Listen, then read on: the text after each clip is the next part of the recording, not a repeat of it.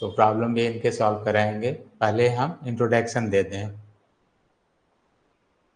अब अल्फा से जब आप कोई लीनियर इक्वेशन ड्रॉ करते हैं तो उनको देख लीजिए।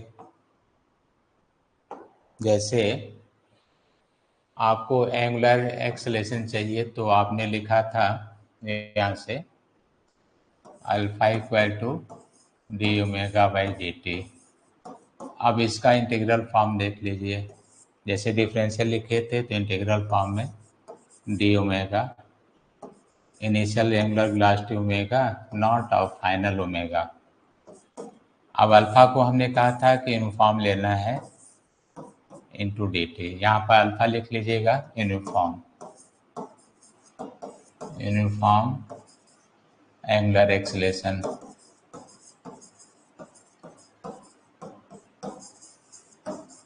तो आप यहाँ पर बता सकते हैं कि अल्फा जो है यूनिफॉर्म एंगुलर एक्सेलेरेशन है। तो इसको आप एक समान कोणीय त्वरण कहते हैं हिंदी में, एक समान कोणीय त्वरण।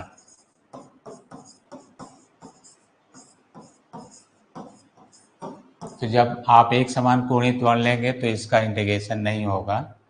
स्टार्टिंग मान लीजिए आप टाइम 0 से लेकर t ले रहे हैं तो अल्फा का कोई इंटीग्रेशन नहीं, अल्फा को अलग कर दीजिए, डी टी का 0 से t तक है तो ये अल्फा टी आ जाएगा। इधर आप लेंगे डी ओमेगा का तो ओमेगा होगा और लिमिट भी ओमेगा नॉट से ओमेगा तक है। आपने अल्फा टी लिया है, फाइनल पहले लिखिए माइनस इनिशियल, तो ये आपकी वैल्यू प्राप्त हो जाती है। तो इसी को हम लोग first linear equation, first angular equation कहते हैं। तो इस तरह से जब मैथमेटिकल कोई एनालिसिस है तो याद रखिएगा कि जब तक आप इक्वेशन लिखेंगे अल्फा कांस्टेंट रहेगा, नो वेरिएशन। अल्फा में कोई वेरिएशन नहीं होगा, ठीक है। आप इनको रीड करते हैं अल्फा को, ठीक है, और यहाँ से एंगुलर वेलोसिटी के प्रॉब्लम सॉल्व कराए जाते हैं। इनको आप जैसे ग्राफ खींचे थे ठीक उसी तरह से यहाँ पर भी ग्राफ प्लॉट किया जाता है, कोई न्यू पॉइंट नहीं है। अब इनिशियल वेलोसिटी 0 होगा तो ओमेगा अल्फा टी के इक्वल हो जाएगा। ओमेगा के लिए आप यूनिट जानते ही हैं, ओमेगा आपको पहले बता चुके हैं।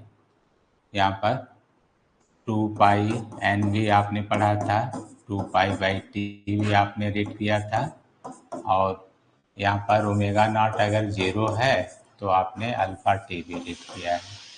आप रिप्लेस करते हैं अल्फा को ही लेकर, तो अल्फा इक्वल टू आप लिखते हैं D omega by d T.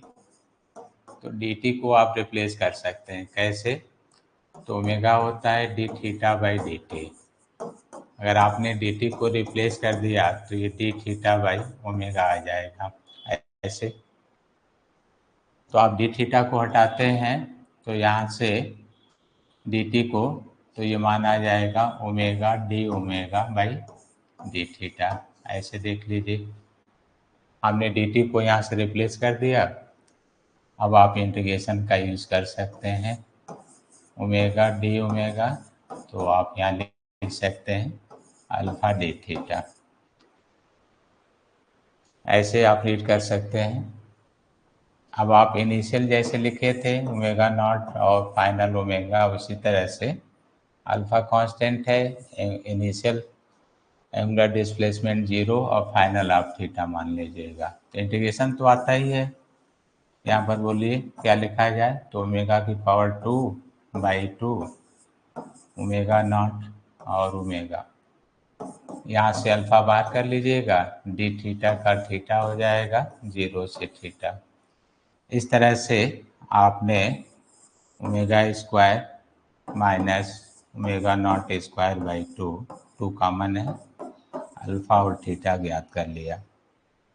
ऐसे 2 को उधर मल्टीप्लाई करके तो omega square equal to 2 alpha theta plus omega naught square, order में लिखेंगे तो omega naught square plus 2 alpha theta, ये आप रीड करते हैं।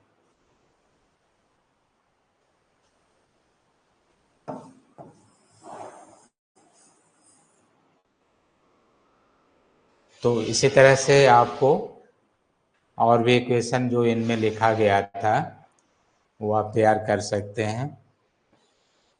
जैसे लीजिए, जैसे आपको एंगुलर डिस्प्लेसमेंट लेना है तो आप ऐसे सॉल्व करिएगा, ओमेगा इंटू डी टी, यहाँ से सॉल्व करिएगा। जैसे ये 0 से थीटा हो, ओमेगा की वैल्यू रख दीजिएगा जो अभी आप जानते हैं, omega naught plus alpha T है। जब आप इसको रख देंगे तो यहाँ से एक लिमिट आपको मिल जाएगी, यहाँ से लिमिट आप रख लीजिएगा कि कहाँ तक आप टाइम लेना चाहते हैं। 0 से मान लीजिए आप टी तक लेना चाहते हैं, तो डी थीटा का थीटा इधर हो जाएगा, आप इनको ब्रेक कर लीजिएगा, ओमेगा नॉट डी टी आप ब्रेक करके अलग से लिख लीजिएगा, प्लस बीच में अल्फा कांस्टेंट है अलग करके टी इंटू डी टी 0 से टी, ओमेगा नॉट भी कांस्टेंट है अलग कर दीजिएगा और डी टी का टी हो जाएगा, plus alpha T into D T का टी स्क्वायर बाई 2 हो जाएगा। तो ऐसे आप तीनों इक्वेशन यहाँ से प्राप्त कर लिए। तो हमने स्पीड इसलिए लिया है कि ये सबको आता है, क्योंकि हमें रीड कराना है तो हम लिखेंगे ही लिखेंगे, ठीक है। इनमें से जितने लोग भी क्लास में उपस्थित हैं या बाद में कोई रीड करेगा तो उसको सब ये इक्वेशन आप कहीं से कहीं पढ़ सकते हैं और आपको ये जानकारी है, ठीक है।